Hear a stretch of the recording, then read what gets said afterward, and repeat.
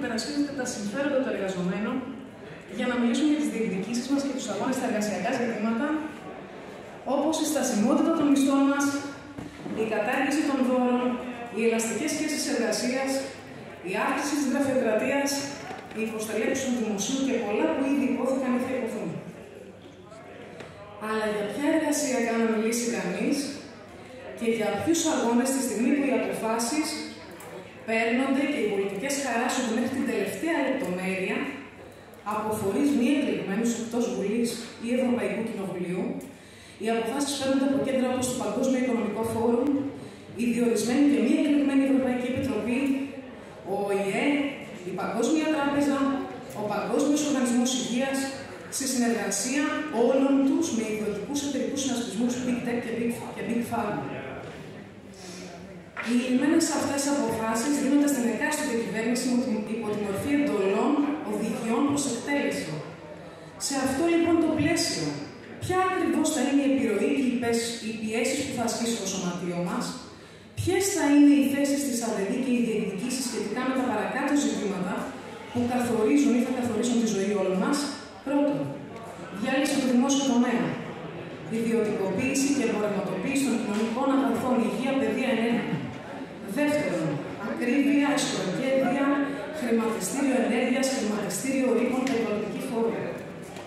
Τρίτον, περιορισμός της ελευθερίας του πολίτη στο όνομα της κλιματικής κρίσης και ενεργειακής μετάβασης, όπως φόροι αποτυπώματος άνθρακα, έξυπνες πόλεις των 15 λεπτών, αυξήσεις στα ανάβλα, εισιτήρια, διόδια, αλλαγή του διατροφικού μοντέλου. Τέταρτον, η υποχρεωτική ψηφιοποίηση της ζωής. Ψηφιακή ενοποίηση συστημάτων, συναλλαγές όλο και περισσότερο άειλες, ψηφιακές πλατφόρμες για όλα. Η επίθεση που δεχόμαστε ως πολίτες από την κυριαρχία των πλατφορμών στη ζωή μας παρουσιάζεται ως απόλυτος εξυγχρονισμός. Ενώ στην πραγματικότητα υπονομεύει βασικά ανθρώπινα δικαιώματα όπως η εργασία. Η κοινωνική φύση του ανθρώπου αλωτριώνεται, αφού απομονωνόμαστε σε έναν εικονικό ψηφιακό κόσμο, καθώς οι ψηφιακές πλατφόρμες αποκλείουν τη δυνατότητα επικοινωνίας με τον άνθρωπο που θα μπορούσε να υπερσκελίσει μια σειρά από αναδυόμενα προβλήματα. Πέμπτον, η τεχνητή νοημοσύνη, που προωθείται στο όνομα της ταχύτητας και της ευκολίας, πλέον θα παράγει ιδέες, αξίες και πολιτισμό για τον άνθρωπο χωρίς τον άνθρωπο. Η τεχνητή νοημοσύνη όχι μόνο δεν αξιοποιείται προς όφελος των εργαζομένων, αλλά αντίθετα χρησιμοποιείται εναντίον τους, καταργώντας όλο και περισσότερες θέσεις εργασίας. Το ψηφιακό χρήμα είναι μέρη εδώ, καθώς είναι ήδη υποχρεωτικό το χτίσιμο αφορολόγητου μόνο ψηφιακά. Επιπλέον, πολλά επιδόματα και επιδοτήσεις δίνονται μόνο ή δίνεται μεγαλύτερο ποσό, αν εξοδευτεί το ποσό ψηφιακά, αλλά και με ελεγχόμενο τρόπο voucher, pass, κουπόνια. Ήδη εξαγγέλλονται προγράμματα από τις τράπεζες για διαχείριση των οικονομικών μας, με ανώτατο επιτρεπτό μηνιαίο αριθμό δωρεάν συναλλαγών και αρνητικό επιτόκιο. Τεχνητή νοημοσύνη και αποκλειστικά ψηφιακό χρήμα θα είναι η νέα μας φυλακή, που θα είμαστε αναγκασμένοι να δεχτούμε αν θέλουμε να ζήσουμε σε αυτή την κοινωνία υπό όρους καθολικού ελέγχου και δίθεν απόλυτης ασφάλειας. Έβδομον, από τη μία προωθεί το δικαιωματισμός, ενώ συγχρόνως παραβιάζονται και καταργούνται δικαιώματα. Όγδον, η υπογεννητικότητα, τα αντικίνητρα και η επίθεση στο θεσμό της οικογένειας με την απουσία ουσιαστική μέρισμνας για την ενίσχυσή της. Ένατον, η λογική της μοναδικής άποψης και η φήμωση της διαφορετικής. Οι έξωθεν εντολές μετατρέπονται σε κυβερνητικά αφηγήματα, τα οποία παρουσιάζονται ως μονόδρομος.